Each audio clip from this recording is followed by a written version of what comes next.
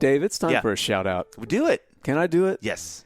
Shout out to Claritin for supporting this episode and providing us with some samples. You know that. John and I experienced allergy symptoms. Look, I need to say a quick thing here. Nashville is like, if they had a... Sorry. You sneezed. I haven't had my Claritin. If there was a capital for allergies in the United States of America, I'm pretty sure Nashville would be it. Okay, Nashville, USA. Which means that you and I both have allergy symptoms like crazy that sometimes make us stay inside. That's then right. I can't sing well, sometimes shows are in danger, John. That's right. No bueno, my man. Yeah, and then records don't sell. Well, and then the only thing that's selling is our houses because we can't make any money. I feel like this you see how Claritin... a hard left turn. Anyway, let's get back on track. Yeah. Luckily for those of us who live with the symptoms of allergies, we can live Claritin Clear with Claritin D. Designed for serious allergy sufferers, I'm raising my hand right now, Claritin D has 2 powerful ingredients in just 1 pill that relieve your allergy symptoms and decongest your nose so you can breathe better. This double action combination of prescription strength allergy medicine and the best decongestant available relieves sneezing, runny noses, itchy and watery eyes, itchy noses and throats, and sinus congestion and pressure with ease. John, I've been taking Claritin D for my allergies for a long time. Long time. Yep. Long. And it's been an absolute life changer. I can go for a run without my eyes watering, even though you may see they water me all the time? Watering because I'm crying from running. That's a different thing. Okay. I think Claritin's not going to help with that. Nope. Ready to live life as if you don't have allergies? Yeah. It's time to live Claritin Clear. Fast and powerful relief is just a quick trip away. Find Claritin D at the pharmacy counter. Ask for Claritin D at your local pharmacy counter. You don't even need a prescription. Go to Claritin.com right now for a discount so you can live Claritin Clear. Use as directed.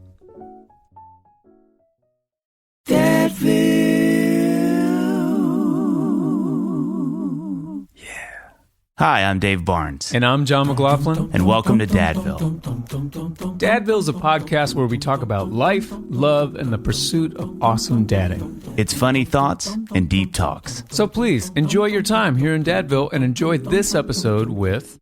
David Novak.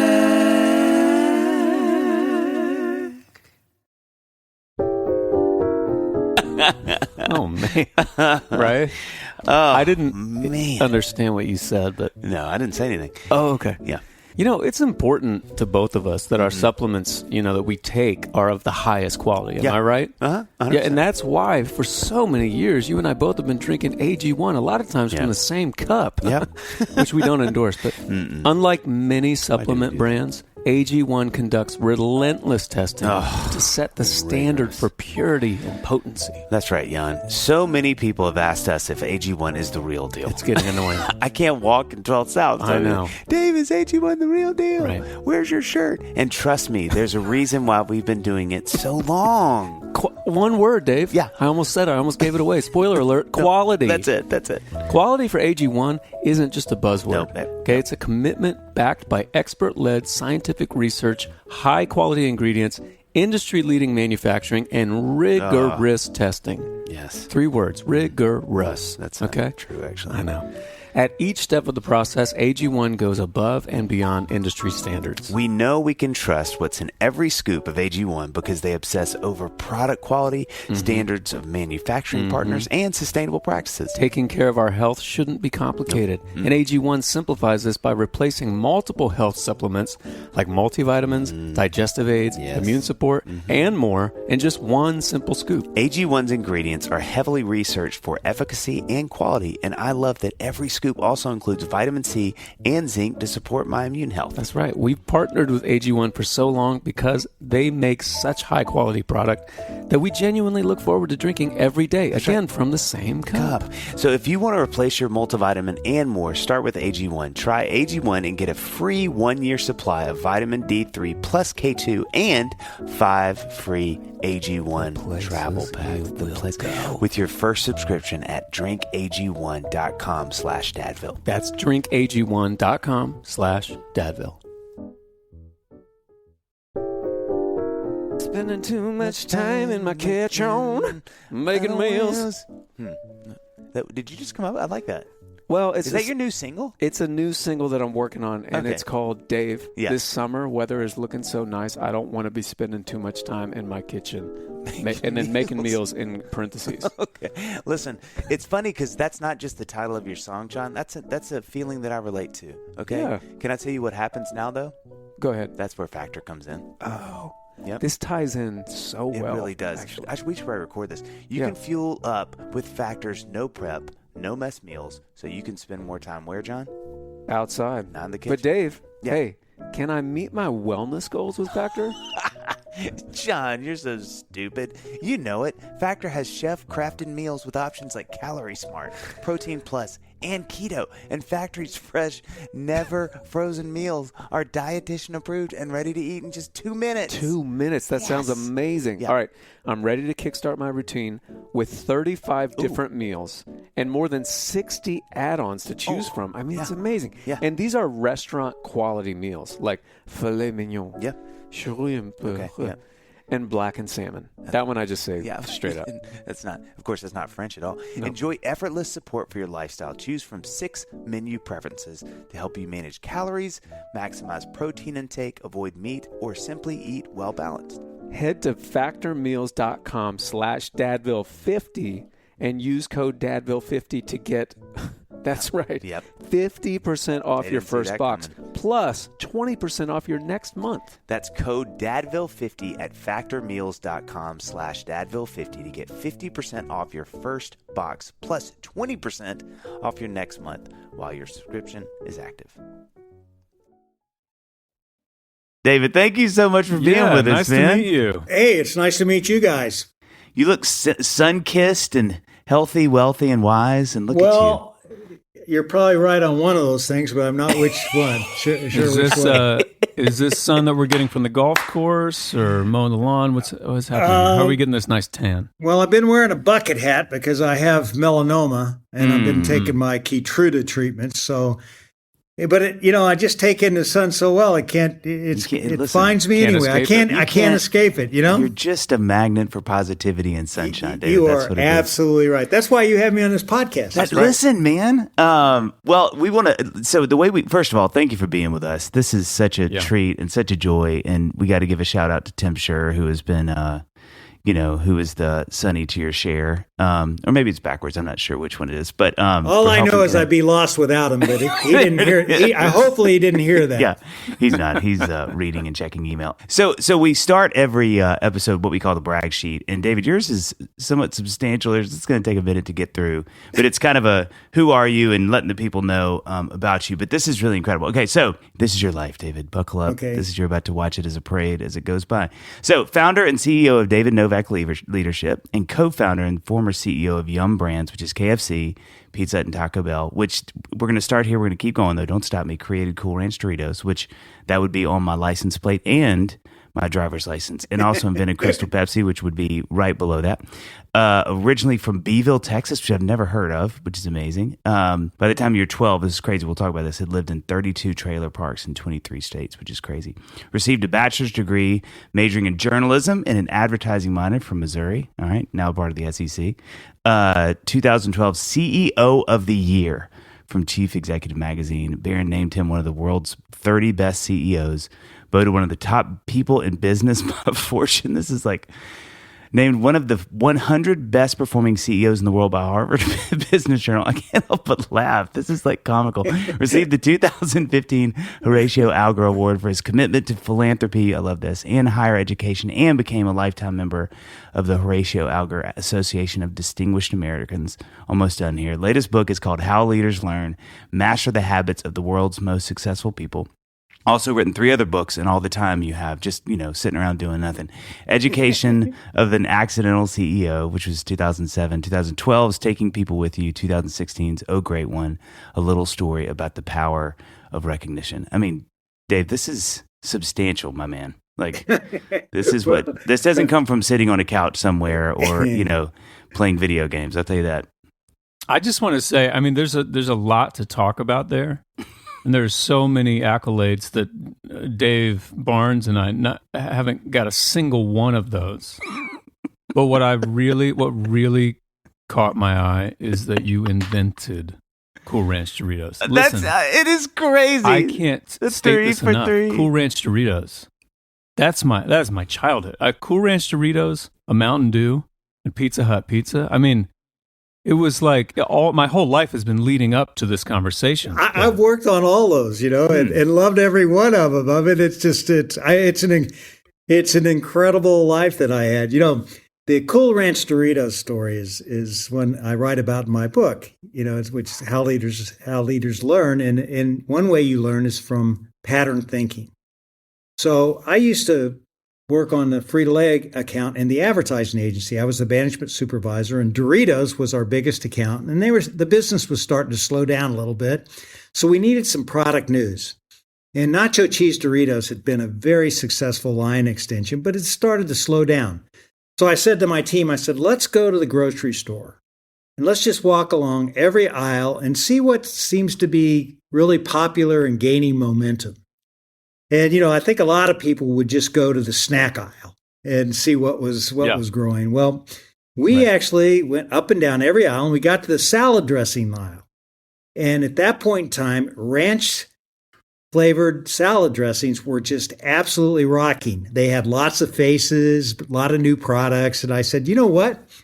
What if we did some pattern thinking here and said, hey, if ranch works on salad dressing, do you think it might work on a snack chip? So I called Dennis Hurd, who is the head of R&D at Frito-Lay, and said, do you think you could make a ranch-flavored Dorito? And he said, absolutely. Well, it came off the line, and it tasted so good. I mean, it was so good. And then we went to school on Nacho Cheese Doritos. Now, we could have called it Cheese Doritos, but, that didn't have any cachet to it. So we always believe in putting a unique image to a known quantity. So the unique image to Nacho Cheese Doritos was nacho cheese, okay? So the unique image for our ranch-flavored Doritos, we called it Cool Ranch Doritos. And the rest is history. That's how it happened. But, you can learn so much just by, seeing what's going on in the world and then saying, hey, if they're doing it over here, how can we do it here? Yeah. And that's what I mean by pattern thinking. Now, did anyone suggest the catchphrase, you don't have to have a salad to have ranch? I'm just saying, if I was on the team, I would have pitched that one. This is... Well, not a bad idea, okay? The problem was the ranch flavor category was really emerging at that time, so it wouldn't have been a big enough thing to leverage off of, okay? But once again, I'm ahead of my time. Yeah, there you are. I mean, that's why I was looking forward to talking to you guys. I'd heard so much about how forward thinking you are. Well, listen, you said it, and are we going to quote that and use it in every bio from now on? Sure. But sure. So, question I have for you was what you've achieved and are still achieving in your life. Was that something that from an early age you were like, I want to go and get this thing done? Or was it something as you grew and had, started your different careers that you went, things kept sort of moving that way? Or, you know what I mean? Were you always the line leader kid in kindergarten? That's right. Were you like that kid? I don't know if I was or not. I had a very unusual background, guys. My dad was a government surveyor. I lived in 23 states by the time I was in 7th grade. The biggest house I had was 8 feet wide by 46 feet long. And my dad would hook up the government trailer, and we'd go to the next small town. I was born in Beeville, Texas, as you pointed out on top. And, I lived in all kinds of small towns. And I took my neighborhood with me. It was a surveying party. But I learned a lot from that. I really think you can learn from your upbringing. And my mom said to me, she said, when she'd check me into these schools, she'd say, David, you better make a friend because we're leaving. And I learned quickly how to size up people and understand who I wanted to hang with, who I maybe wanted to avoid, and then take it from there. But my parents, I always say my biggest break was being born in this country, which opens up all kinds of opportunities if you really pursue it, and having the Charles and Jean Novak as my parents. I mean, they just started feeding me with love and encouragement from the day I was born. Wow. And I don't know if I was in the front of the line, but I do know that my parents had high expectations for me and gave me the sense very early on that I could accomplish anything I wanted to. And I never ever wanted to let them down. So that might have made me have a little bit of extra fire that maybe other people don't have. But I think people always say, well, how did you live in a trailer? How did you go to live in all these states? Oh, well, how could you do that? I thought everybody did it. And I remember that's all you knew. My mom went to Dodge City, Kansas, my little school in Dodge City, Kansas, and Mrs. Anschultz was the teacher. And she said, I feel bad. I'm taking David and moving him all the time out of these schools. And she said, oh, honey, she said, your son's getting the best education of all. He's been more places and seen more things and learning more by doing this than he'd ever be doing if he was just staying in Dodge City, Kansas. Now, I don't know if that'd be true if it's New York City, but I think it was pretty true in any case. I listened to the interview you did with Guy Raz, which was great.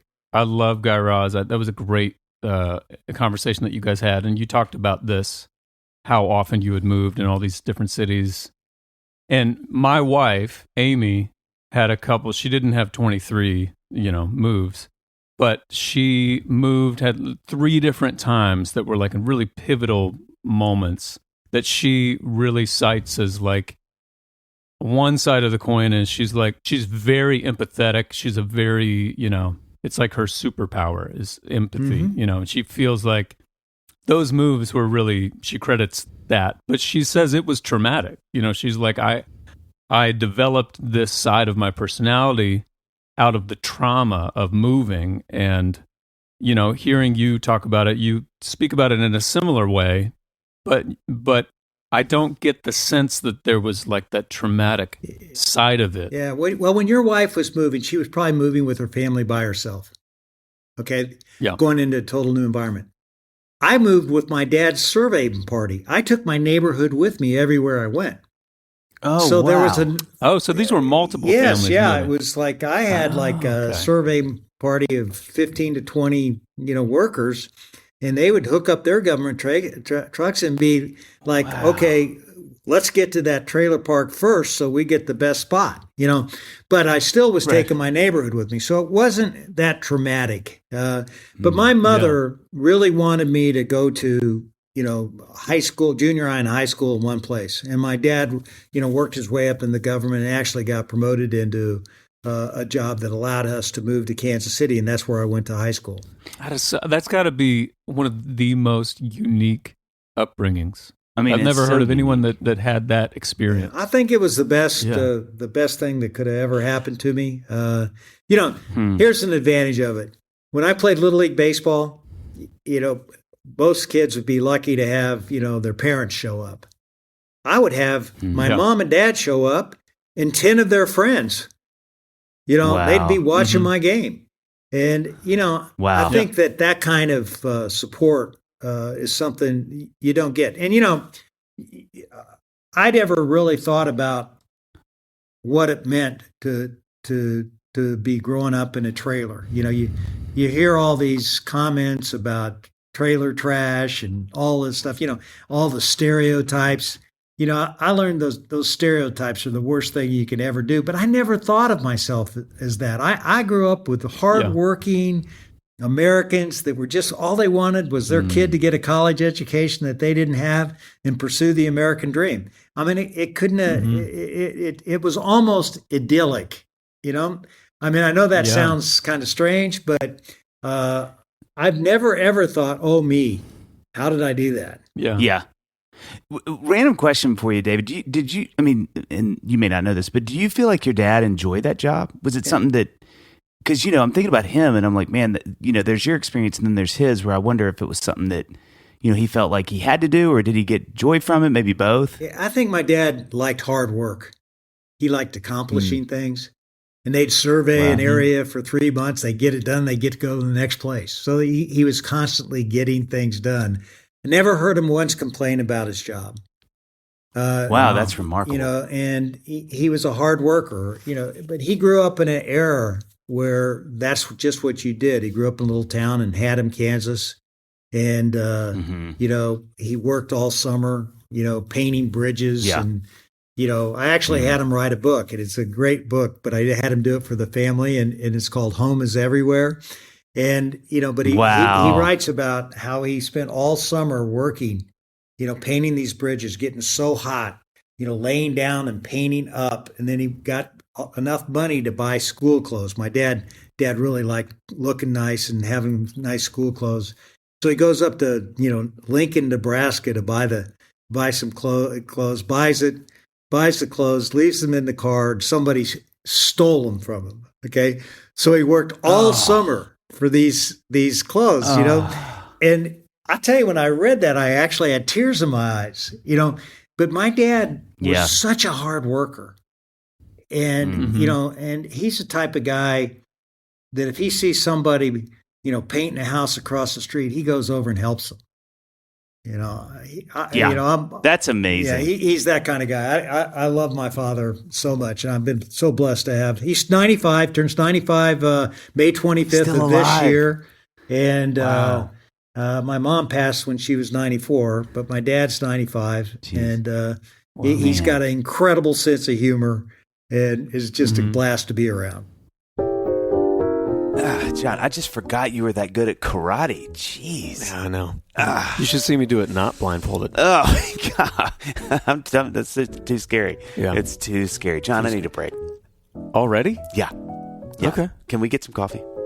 Did you say coffee, Dave? I didn't say coffee, Dave. I said coffee. 2 words. Yeah. Hi-ya. I'd love to chop down a cup of coffee. Let me start over. No. So I want you to stick with it. Hi-ya. Yeah. I'm going to go back to the hi-ya. Okay. Anyway, listen. Today's episode and my morning cup of joe is brought to you by, let's sing it together. 5, 6, 7, 8. Methodical coffee. Hi-ya. I thought you'd be with me on that. You're the karate guy. Methodical Coffee has craft coffee and tea for people of all kinds. Roasted, blended, brewed, served, and perfected by verified coffee and tea nerds and learners. Yeah, tea learners. That's what they say is once you get into coffee, you're always learning. Guess who that's like? Mr. Johnny Mac. That's right, Dave. Coming back. That's right, Dave. And now Methodical has resolved the headache of having too little or too much coffee. I hate that headache. I just hate headaches. Yeah. Which if I don't drink my cup of coffee, I will get a headache. There it is. But anyway, they've resolved that from your traditional time-based coffee subscription. Yeah. With Methodical, you can subscribe by usage. SGU. Receive a free smart scale that tracks your coffee consumption and triggers your next order right at the perfect time, John. We're living in the future. Always have just the right amount of coffee on hand, worry-free. Best part is, Dave, you can receive 20% off your first bag and then 10% off all subsequent bags no code needed when you try the free smart scale. John, we also have our very own Dadville blend. It's the fuel you want to hear it? That gets me going every morning. Give it to him. Give it to him. Yeah, that's not gasoline, guys. That's coffee. Filled with hints of chocolate, graham, and brown sugar. It's hitting the palate. Right. Yep, the brown sugar just hit right there. Methodical is on a mission to connect people to the beauty of life through coffee experiences for people like you. Yeah, you. Yes. Methodical's been roasting and hosting since 2015, and they offer a wide selection of coffees and teas from dark and roasty to bright and funky. Like David Barnes. Don't do that. On their site, you'll also find brew guides that teach you how to turn your coffee brewing chore into a beloved ritual. Also, get 10% off your first order of coffee or tea with the discount code DADVILLE, you bunch of crazies. 10% off your first order with the discount code DADVILLE. Craft a cup you'll love with Methodical Coffee. Hi-ya!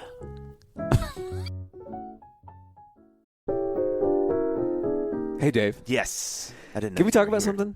Jeff, and we need to go quickly because can I just finish getting dressed real quick? No, we don't. Oh. We don't have time. Okay, how'd you get in? As much as I'd like for you to have clothes on right now, we don't have time because it's going to be. I can power through. It's going to be a busy summer of the big three, Dave. Okay. Sports, beach days, and nonstop sunshine. Yeah, you know me. I know what you're going to say. But listen, Knockaround, right, has the sunglasses you need to make the most of it. They've been making high-quality shades that don't break the bank since 2005. And they've actually been our personal go-to for years. With over 25 different frame styles. 25, John. There's something for the whole family, especially if you have 25 people in your immediate family. And if you do, you need to keep listening to this podcast because you need help. We can save you money. Including tons of kids' pairs, too.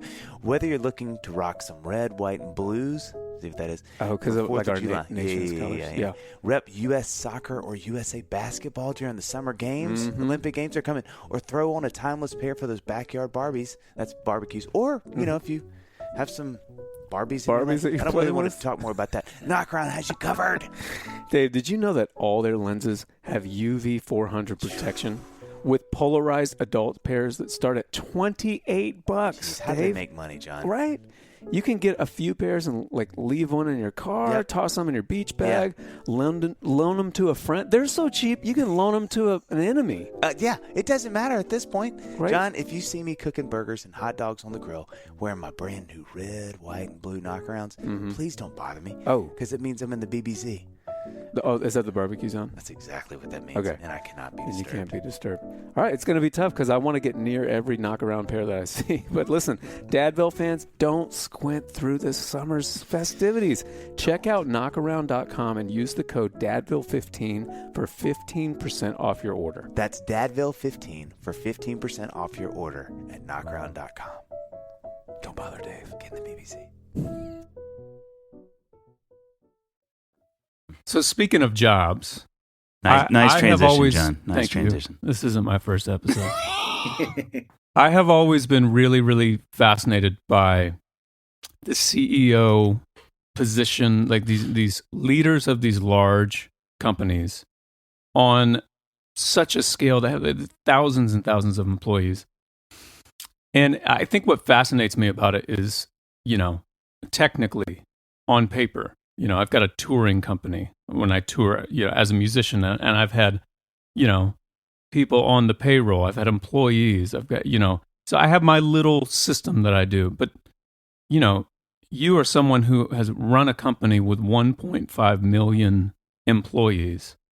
And I get the same feeling as I do when I hear someone like Jerome Powell or something like the head of the Fed talk about money, right? And he throws out these numbers that are just so gigantic that you can't even, it's like they don't even mean anything. If I try to equate it to my personal finances, I lose track of what anything is.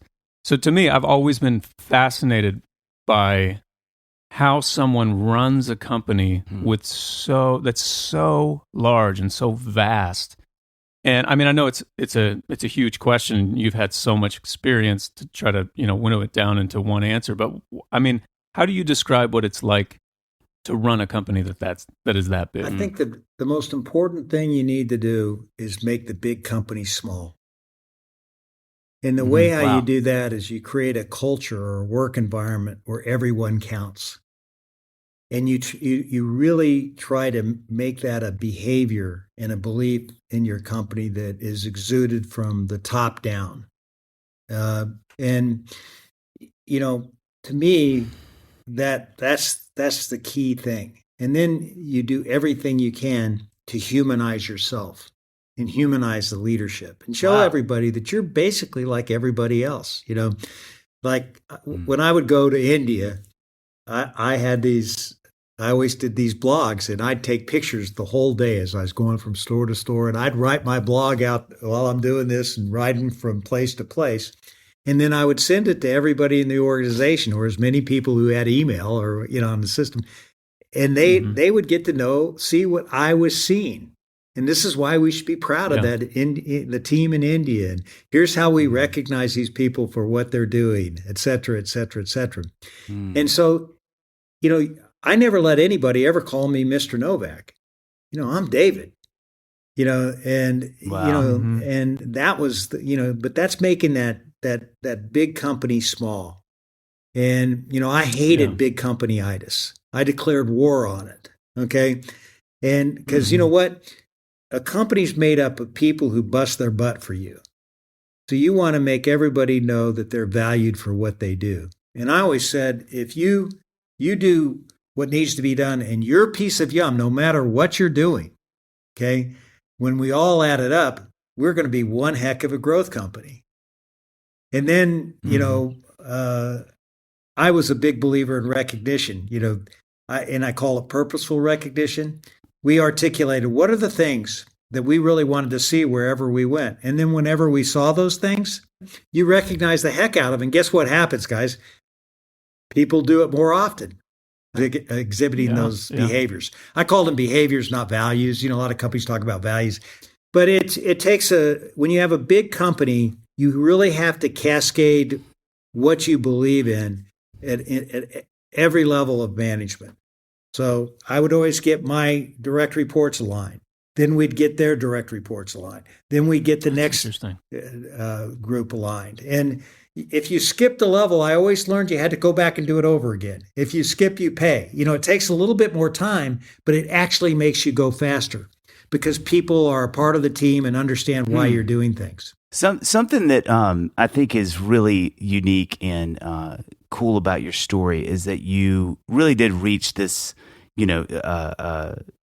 this pinnacle in your career. This moment where it's like you're the CEO of this huge company, which has got to be rewarding. But what is it like to get there and then sort of be there? How does your engine sort of respond to that? Where do you go from there? Well, and not only that, but then you were recognized as like one of the top CEOs. Yeah. Just that little thing. It's interesting because I never really was focused on being the CEO. I was basically focused on doing my job, looking above who had the job next. What did they have that I didn't have? How do I get it? How do I learn it so I can have their job? And I just kept boom, boom, boom, going from one job to the next job. And then I had a very high self-awareness of what needed to be done for me to get to the next level, what I needed to learn to get to that level. Then the next job for me, I was the president of a PepsiCo division. The next job at that point in time was CEO. But I wasn't even thinking about being a CEO because I loved being a division president at PepsiCo. I was running KFC and Pizza Hut, and I was doing really well, and I loved it. And then PepsiCo decided to spin off the restaurants into its own independent public company, which ultimately became Yum Brands. Okay, and that was Pizza Hut, Taco Bell, and KFC. So when that happened, it was kind of between me and another guy who was going to get the job, and I didn't think he was any better than me. So I said, why don't I become the CEO? And that's how I got it. And then when I became the CEO, I talked to Eric Church yesterday. I did a podcast with him. He talked about the importance of vision. You got to know who you are, what you want to get done. So my vision was really simple. I wanted to build a great company. I wanted to build a dynasty. I started talking about how we're going to build dynasty-like performance, get great results year after year. And I talked to everybody about being a part of it because I believe that no one ever goes to work wanting to be a part of something mediocre. They want to be a part of something great.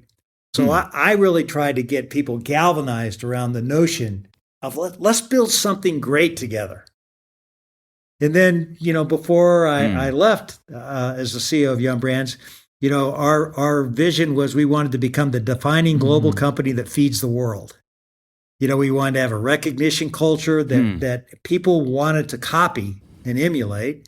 We wanted our brands to be vibrant wherever we do business. And then we wanted to make a difference by feeding people food who couldn't afford our food. And that's why we tied in with the World Food Program and tried to feed the hungry and all that. But see, people loved being a part of that kind of thinking and that kind of action, more importantly. Yeah. I mean, you obviously had the drive and the ambition, and it sounds like you just loved the work itself. It's always healthier when someone loves the actual day-to-day journey rather than, just working and working to get to a certain destination, because then the destination's always disappointing. Yeah, absolutely. Like I always said, I had the dream job for me. I love people, absolutely love people. I love marketing. The food service business is so marketing intensive, you can't believe it. If you start your marketing campaign on Friday, you'll know by Monday if it's good. It's the closest thing to direct response as you could ever see. So having good marketing and consumer instinct skills, which was my background, really pays off. And, the third thing that I loved is food.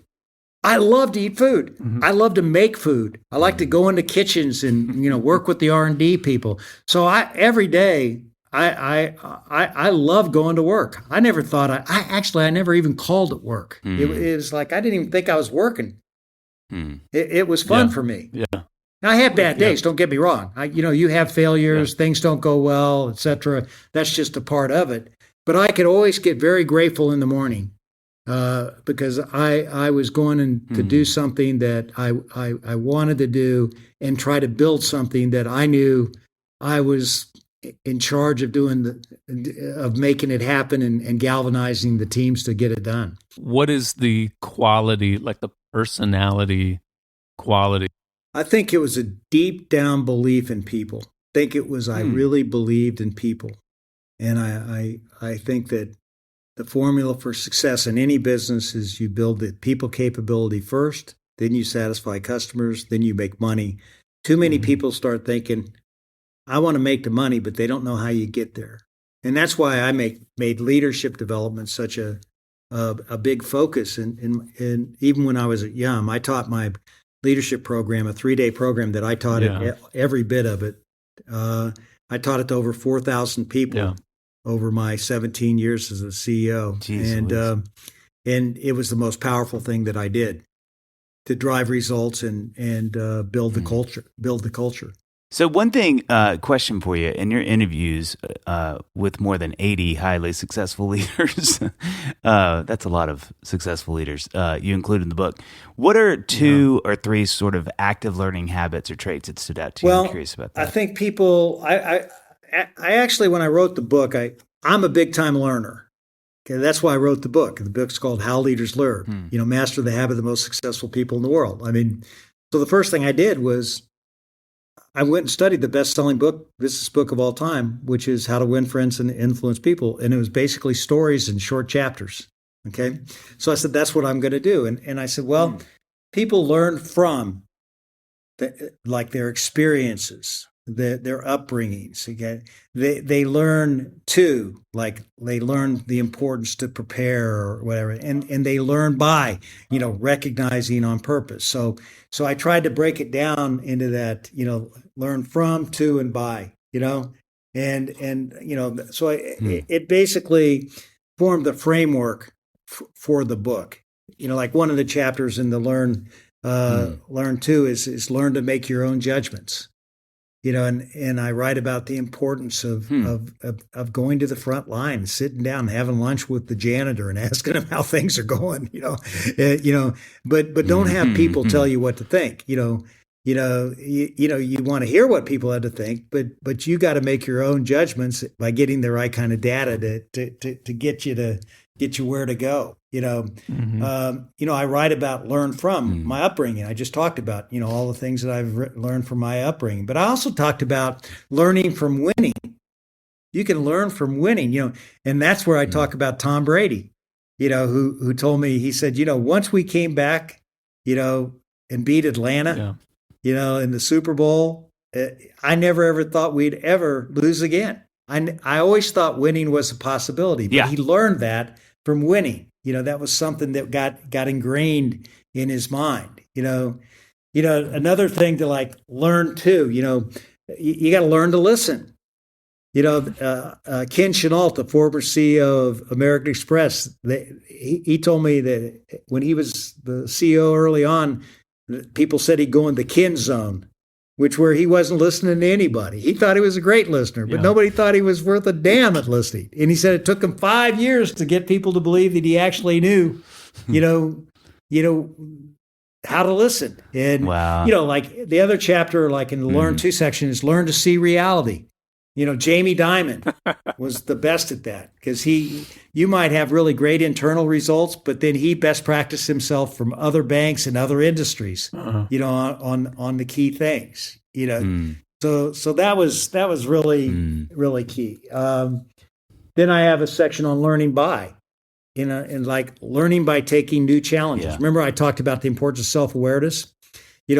I was a marketing guy. I had no operating experience. I begged for the job to be the chief operating officer at Pepsi-Cola Company because I knew I had to show people that I knew how to make money and work with the front line and work with bottling plants and get into the nitty gritty and not just be an airy-fairy marketing guy.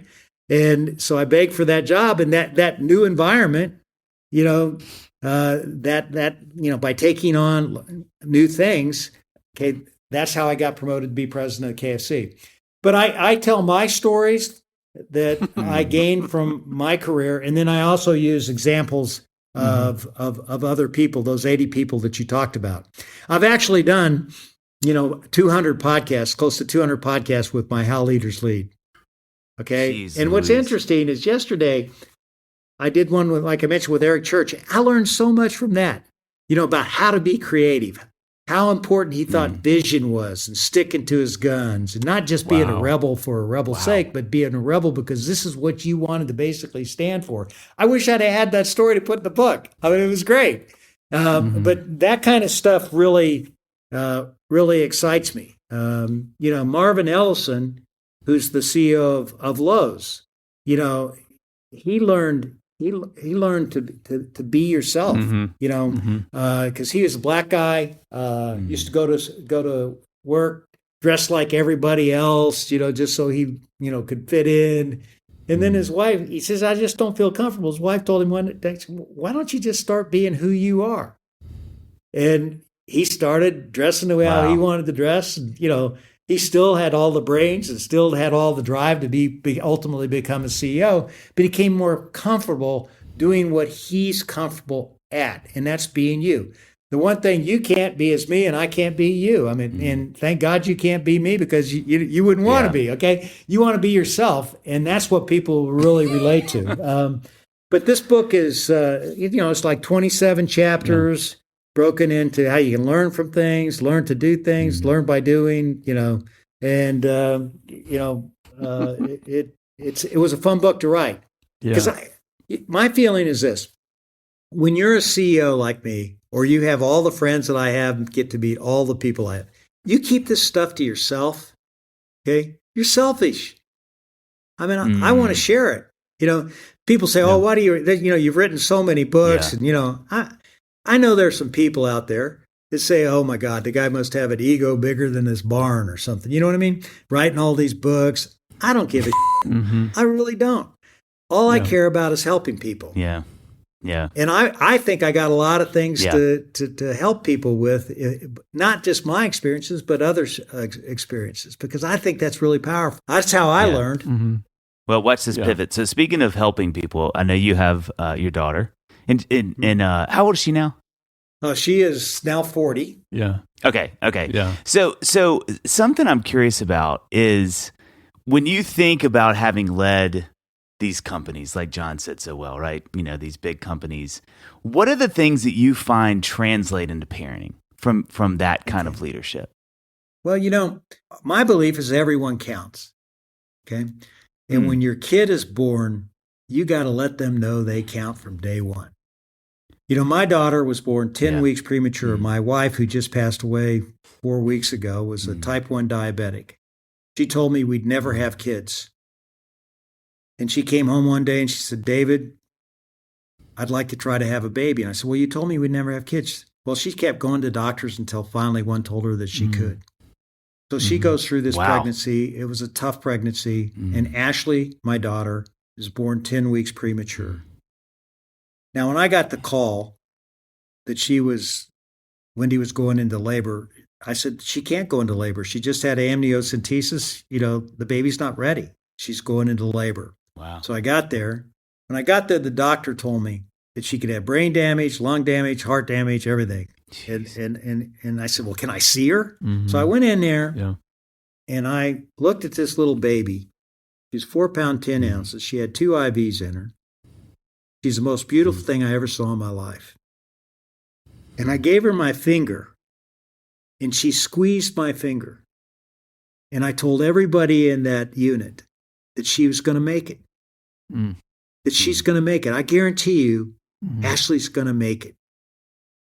And we went to that unit every day. And I said, how can we let her know that we're with her? How can we, let her know that she counts and that, we want her to live? And I knew she's going to live because she squeezed my finger, but I wanted put a little extra backing behind it. And they said, when kids feel your presence and they know you're there, that makes them fight for you. Okay? Yeah. So I stayed there as much as I could, but I couldn't be there all the time. Sure. So Wendy and I, my wife Wendy, we did audio tapes, cassettes, okay, talking about how much we loved her and how we were looking forward to taking her home. And we had the nurses there play those tapes when we were gone. And then I found out what's the color that kids see first, and it's red. So I went out and bought a Happy Apple, okay, red Happy Apple, and put it right there by the crib. And sure enough, that was the first color she saw when she came to. And we took her home in doll clothes. But my daughter today, Ashley, is so amazing. Her kids have that happy Apple, okay, and it's a part of their family. But we started letting her know that she counted from day one. Yeah. And I think that belief in people, belief in that you're capable of doing things, belief that you're going to win, you are going to survive, you're going to get through this. Yeah. I think that transfers. That's something that I always try to do in business that I think I transferred unknowingly, okay, to my daughter. And it's great to see her grow up and be such an incredible mother, and just to be, I have 3 grandkids now. She is my only child. And, my wife passed, about 4 weeks ago, and I don't know what I'd do without Ashley. I mean, I've got to do these immunotherapy treatments. Did one this morning. She's right there with me. She doesn't need to be there. Yeah. She's right there with me. She's so worried about me. She doesn't want to leave me. I said, for God's sakes, let me have some time on my own. No, she's awesome. I'm lucky to have her, but it's like, but she's making me feel like I count.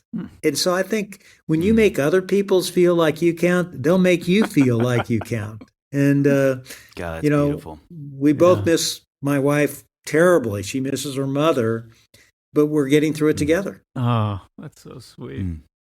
That's beautiful. Well, as a parent, I mean, one of the things that I think is one of the more important things to sort of keep an eye on, and one of the most consistently difficult things as a parent, is sort of that balance. I don't even know if balance is the right word for it, but just sort of balancing like your family time, you've got your work, whatever that is, and then you have to have some kind of a break in between. You got to have the ability to like let off the steam, because both of those other things build up pressure in your life. And I think it's particularly difficult for those people who, to whatever degree have sort of autonomy over their time. You don't necessarily have a time where you got to clock in at 8:00 and then you can't leave till 5. You have a lot more freedom. Sometimes that can be even more difficult. And obviously, your line of work was so demanding. So you sort of have those two things that it's equally as autonomous as it is demanding.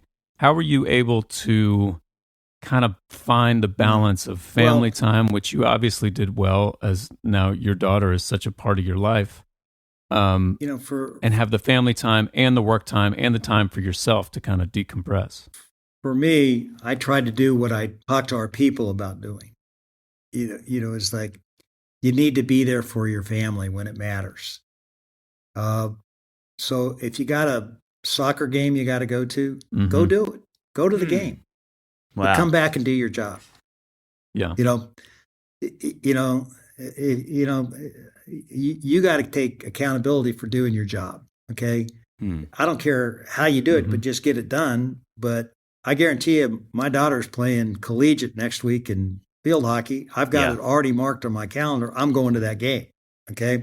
But you know what? I'll probably have to come back. And this is back when people weren't necessarily working virtually and, all that. But I think it's easier to do that.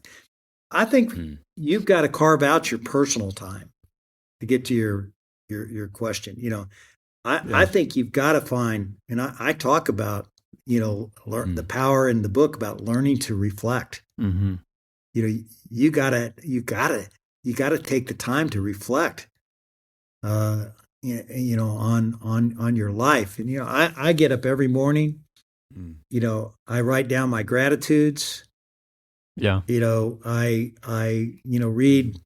read something from the Bible or a devotional.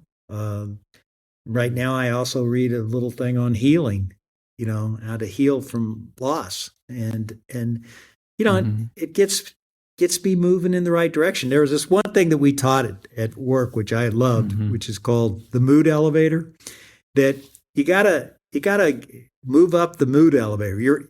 And so I always tried to get to the point where I was at least curious and interested, which was like 6 or 7 on the 10-point scale. Okay. But if you can move yourself all the way, first decisions when you're angry and resentful. So I tried to work very hard at trying to get into a grateful state. It seemed to work for me. I seemed to have pretty good balance, but I was a very hard worker, just like my dad. And, I expected everybody around me to work hard too.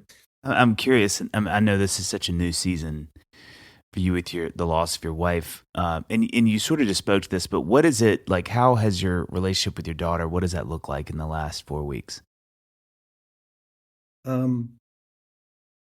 More loving. I don't know how it could be more loving, but just my best friend was my wife, Wendy. I think Ashley is becoming my best friend as well as daughter. Okay. But you got to know Ashley. Okay. I mean, Ashley, everybody's proud of their kid. Okay. And I'm so proud of her. I was at a meeting the other day. She walked in. She just commands the room. I mean, she just takes over. She's so loving, so caring. She's very empathetic, like your wife. Okay. She has all the skills that my wife had and all the skills that I have. She's a lot better than me. Okay. And she's extremely wise. And, she runs our Lift the Life Foundation, and, she's just doing a fantastic job on that. But she just takes things and gets them done. Right now she's doing the, Thrive by 5 early childhood education program at the University of Louisville, which but in the city of Louisville that the mayor, asked her to chair. She's just a giving person. So all I'm getting from Ashley now is all the love that she gives to people, and she's just kind of piling it on me right now. And, I love that. I mean, I'm very, very blessed to have a daughter like her. And, we've always been tight, and we're even more tight. And she just comes over now. She comes to see me and just drops by. Hey, I was in the neighborhood, just drops by, and you know what? When you lose someone like I was married for 49 years. Yeah. When you lose somebody like that, your grief comes in waves. Like right now I'm talking to you, I'm fighting, I don't want to really break down and cry right now, but I see things that where it'll just, I'm getting better. And the next thing I know, I'm crying like a baby. Okay. You guys are in the music business. Okay. And I'll tell you a story. For our 48th wedding anniversary, I went to Nashville and I worked with John Randall and Jesse Alexander, and I wrote Wendy a song. I had almost all the lyrics done. They helped me. They helped me make this thing into something really special. It's called "I Got Wendy," and then I shared it with Wendy, and we sang it every day, every night. Even before she died, I sang it to her on the day she died. But I came home to Louisville. I was down in Florida. I'm retired. I have a place in Florida. I come back to Louisville, which is our home base. I go upstairs in her desk, and I'm going through a few things. and I see this group of notes that has the Washingtonian logo on it, the Washingtonian magazine on it. And it's all these little things that I wrote Wendy on this notepad. And then one of them was, I'm going to write you a song someday. Okay. You know, I don't know when it's going to happen, but it'll be worth the wait. Mm-hmm. Okay. Mm-hmm. This song, I Got Wendy, is a phenomenal song. I mean, everybody that's ever heard it says it's so great, but it's so personal. It could only be sung by me, and I can't sing. Yeah. Okay. Yeah. But I had Drew when Wendy had her we had our memorial service for Wendy. Drew Holcomb, who you guys may know, okay, he's in Nashville, and I've gotten to know him through golf. Great guy. You want to talk about a loving person? I just texted him, and we'd gotten to know each other. I said, you know, Wendy died. I was wondering if you could sing at her funeral, and you know, didn't ask how much for money or anything. He said absolutely. You know, just showed up and. But he sang 3 songs. He sang 4 songs. Fly, which is an incredible song. You know, Gratitude, which is an incredible song. And then he sang I Got Wendy, okay, which he and the Neighbors, his band, recorded, and we showed that on video. And then he did Amazing Grace, okay? I don't know. How did this happen? I mean, think about it. You know, that song, I told her, 48 years ago, I told her I was going to write her a song, but it'd be worth the wait. And it was worth the wait. I don't know how I got onto this, okay? But it's just, it's the grieving that you go through. And, you know, when I saw that, I cried like a baby when I saw it. Now, I can tell that story to you now because, you know, I've internalized it a little bit, okay? But I miss my wife. I miss my best friend, and that's Ashley's become my best friend. That's so sweet. Well, let me say this. Thank you for your time. I know you're about to gallivant off to interview more people. It won't probably be like this podcast, just FYI, because there's a lot of just raw energy and talent between the 3 of us. But I love your podcast. I love it. I think your podcast is fun. And I think, you know, I like the purpose of it, and I like how you guys interact. Thanks. You know. Maybe I like it because you let me talk so much. Well, it's sort of it's subterfuge what we do here, David. People don't realize that. So we end with the speed round, and we'll ask you a couple questions. So here's the first of the speed round. What's your favorite product that you were ever a part of, and you can't say your daughter? We mean literal food products. Cool Ranch Doritos. Of course, John is so happy right There now. we go. That's what we were looking for. All right. As a marketing advertising guy, has there been a marketing campaign from some other company recently that you saw and you were like, God, that's genius? Recently. You know, I used to watch advertising like you couldn't believe, and I haven't even watched television in a long time. So I can't really point to something that I think was brilliant. I do remember that I did think the Super Bowl ads were better this year than they've been in a while. Yes. I agree. They were good. But I can't. There's not anything that really just that I think that is brilliant. You know. So I'm going to add one. This isn't on there, but I forgot we didn't. I'm going to make it a speed round question. When Crystal Pepsi drops, by the way, if you have a garage full of that, send it to me. I will drink it. I loved that stuff. But when it got spoofed with SNL with the clear gravy, which I remember seeing this, right? What happens at a corporate level when, because, you know, it could either be, it's sort of like, hey, any press is good press, or was that like y'all got together and you're like, well, this is officially the nail in the coffin, folks. We've been spoofed, or like what happened at the corporate level when that happened? You know, I just kind of walked in that day feeling like I was in the Hall of Shame, you know, to a certain extent, because the product wasn't as successful as it could have been. But I laughed about it. Yeah, I said, "Hey, we'll get through this." You know, I'm the guy that made the mistake. It was my idea. I got so passionate about it. I should have listened more. We could have made the product taste better. I learned a lot from it.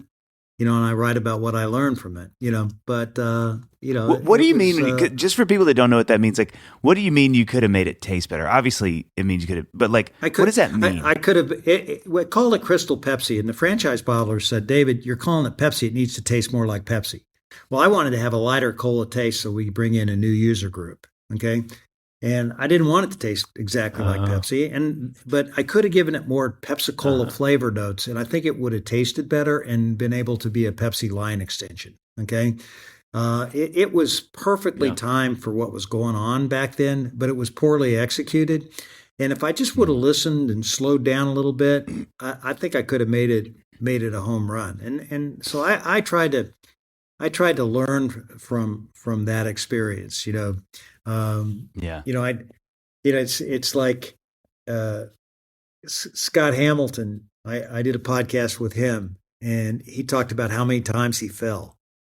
But he said those every time he fell, it was a learning experience. There's something that you could learn from. And I think that's kind of how I looked at it. I'm a huge Elton John fan. Elton John is my number one. And when I hear somebody say Crystal Pepsi, I just immediately think Elton John. So I thought it was the coolest thing in the world. Oh yeah, no, I like Elton John. I was part of the demo that was like, this is amazing. Yeah, I'm in. You want to hear a funny story? I was talking about Crystal Pepsi. No, you can't start and then not tell that story, please. Well, last night I got a call from Larry Fitzgerald, who's a friend of mine, the receiver from the Arizona Cardinals. Okay, great guy, and he's just calling to check on me, being a good friend. When you have someone in your family like Wendy passed, you find out how good people are. He just calls me up and he said, David, one of the things I really admire about you. I said, what? Because we always give each other a lot of grief, And he says, in your office, you got that Crystal Pepsi plastic bottle. It's all shriveled up now, okay? In your office. He says, most guys just have all their trophies and all that kind of stuff. He said, you got something that really showed that you failed. And at something. And I said, you're right. I have it there because it does remind me that, I can always do a better job. And but I thought that was kind of funny. Sorry about that. I know this is a lightning round or speed round, but I'm slowing you down. It's just no. All right. So you're a songwriter yourself. What's one song that you would have killed to have written? Oh gosh. About everything Eric Church writes. Okay, because it's so complex. Okay, I mean the guy it's simple yet complex and it's unlike anything else. Music is my mistress. Have you ever heard that one? I mean it's unfreaking believable. Okay, and it's not even a number one. The thing about him, he has fewer number ones than most guys, or most women. But his albums, they tell a story, and that's he's. Yeah. But I love that. Yeah. I thought that was such a good one. And then I love Drew Holcomb's Fly and Gratitude. I love both those. Oh, yeah. My wife and I, we used to sing those. We'd sing those hey, Alexa, Gratitude by, Drew Holcomb. And we'd sing it, And it was kind of how we had our fun. That's so fun. Everybody listening to this at home on speakers now, their Alexas are playing Drew Holcomb, and he's so happy right now. So, okay, final question. If you could write a book on fatherhood, what would you call it? What would be the name of the book? Oh, my gosh.